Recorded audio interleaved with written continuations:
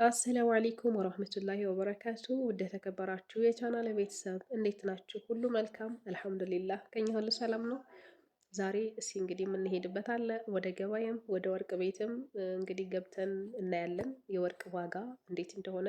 ከዛ ይዛችሁ መታችሁ የሚሸጠው እዚህ የሚገዛው እሱንም ታያላችሁ። አንዳንድም የገዛናቸው ስላሉ ገበያ ገብተን እነሱንም እስኪ ዋጋቸውን ታያቸዋላችሁ። እናንተ ስትወጡ የነበረበት ዋጋና አሁን ያለበትን ዋጋ ታዩታላችሁ። ያን ያክል ግን የሚካበድ ወይም እናንተን ከመምጣት የሚያስተጓጉል አይነት አይደለም።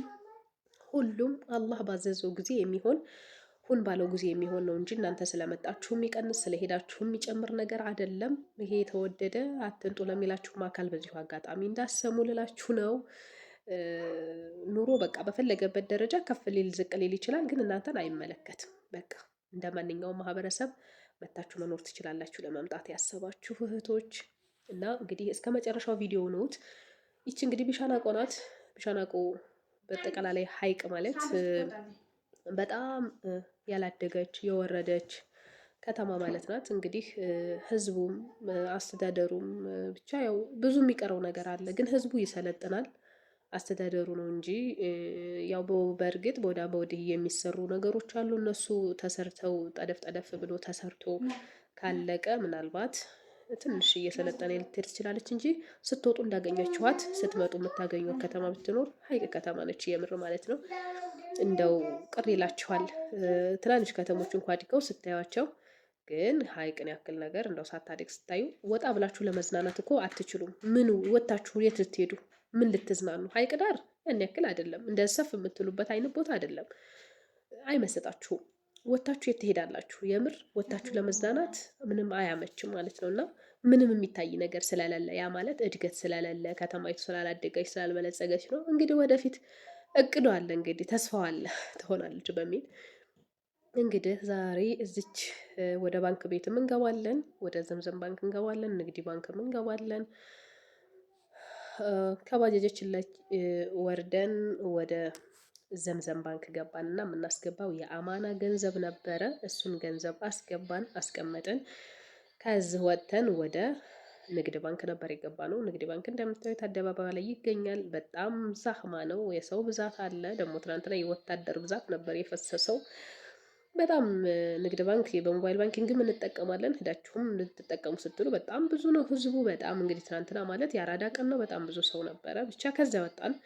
ወርቅ ቤት ደግሞ ገባን። እስኪ ለእናንተ አንዳንድ ነገር ላሳያችሁና የምትወስዱት ትምህርት ይኖራል በሚል በወርቁ ዙሪያ አንድ ራሱን የቻለ ቪዲዮ ይዣላችሁ እመጣለሁኝ። የምር በጣም የምትጠቀሙበት ቪዲዮ ይዤላችሁ እመጣለሁኝ።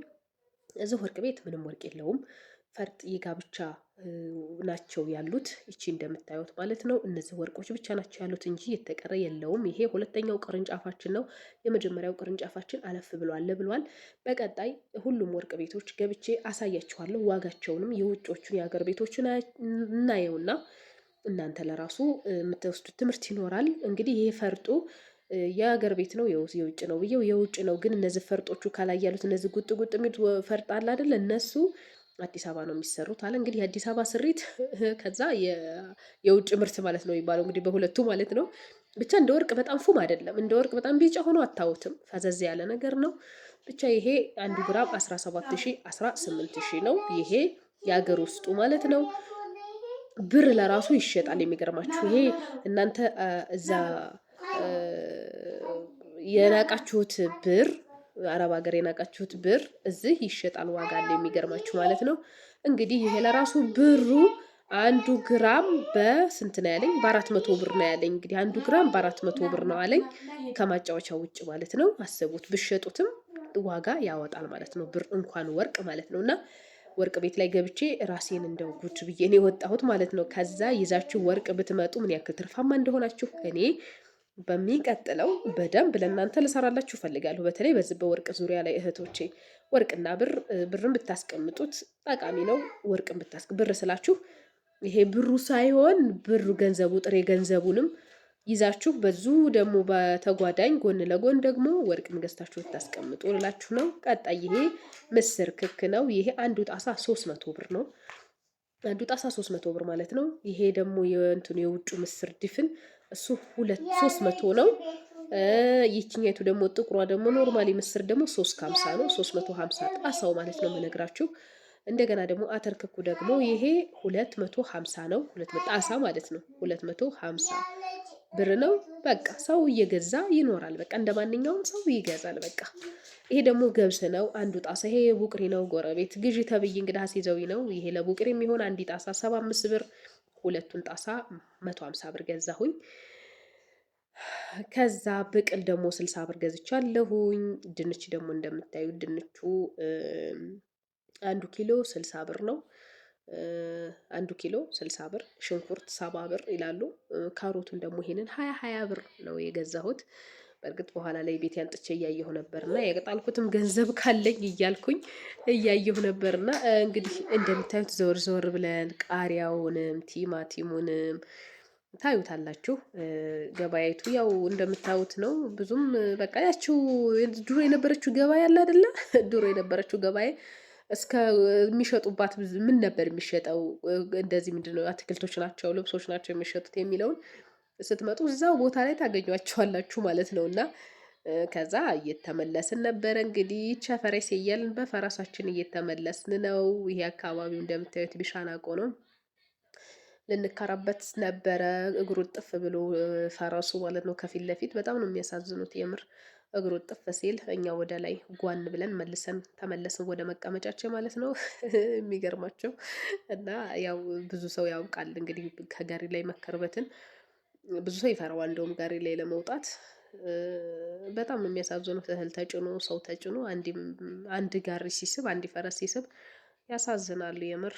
እና ያው ግዴታ ይሰራል፣ ስራ ነው ይሰራል። በቃ ገብሱንና ፉርሽካውን እየበላ ምን አማራጭ አለው? ይስራ እንጂ። በዚህ ነው የሚተዳደሩት። አንድ ጋሪ ራሱ ሙሉውን ማለት ነው ሙሉውን አንድ ጋሪ ወደ 150 ሺህ ብሎ ወደ 200 ሺህ ሲሉ ሰምቻለሁኝ።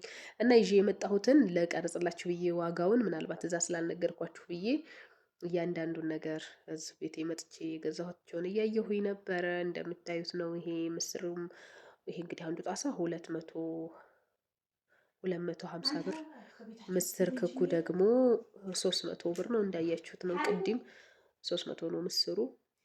ክኖር ይሄ ደግሞ ክኖር ይባላል። ማጂ ነው። በአረብ ሀገር ማጂ ነው። እንግዲህ ይሄ አንዱ 5 ብር ነው። ገባዬ የሰፈር ሱቅ 6 ብር ይላሉ። ሎሚው 10 ብር ነው። በጣም ቆንጆ ሎሚ ነው። ቡቅሪ ልታረግ ጎረቤቴ እንግዲህ ይሄን ሁላ ቀረፋውንም ሎሚውንም ገብሱም የሷው ነው። ገብሱም እንደምታዩት ነው። እዛው ነግራችኋለሁኝ ቀደም ብዬ። ቆንጆ ገብስ ነው ለእንትን የሚሆን ነው። እችንም ደግሞ 20 ብር ነው የገዛ 30 ብር ድንች 30 ብር፣ ካሮት 20 ብር፣ እንደገና ቃሪያ 30 ብር አርገን ገዛዝተን ወደ ቤታችን ተመለስን። ይህን ይመስላል። ምንም በቃ ማንኛውም ሰው እንደሚኖረው ነው የሚኖረው። የኛ የተለየች ደግሞ ለሚጣ ምግብ ብዬ 130 ብር ነው የገዛኋት። እንደ ሩዝ ነው የምትሰራው አሉኝ፣ ግን ገና ልፈላሰፍባት ነው። የሚጣየ ነች። ልብሶቿን ደግሞ እንደዚሁ ያው ትናንትና ወጣ ያልኩት አንዳንድ ልብሶች ልገዛላን ነበረ። እንደዚህ ፀሐይ ስሞቅ የምንለብሳቸው ሳሳ ያሉ ቢጃማዎች ነበር። እንግዲህ እነዚህን 200 ብር አያት ነጯን 200 ብር፣ ፒንኳን 200 ብር። ደህና ነው። ምንም ያውም ይሄ የሚሻል ሆኖ ነው እንጂ ዙሬ ስገባ አንዷ ቲሸርት ብቻ 300 ብር የሚሉኝ የምር ልጅማ ማሳደግ አረብ ሀገር እያልኩ ነበርና እንግዲህ ይሄ ደግሞ የእግር ካልስ ነው። እንግዲህ ለተሸፋኝም ለማንኛውም ለጅልባቢስት ሴት የሚሆን የእግር ካልሲ ነው። 90 ብር ነው። እንደምታዩ 60 ብር ነበር በቅርብ 90 ብር ገባ። እንግዲህ አልሐምዱሊላህ እያልን መቀበል ነው።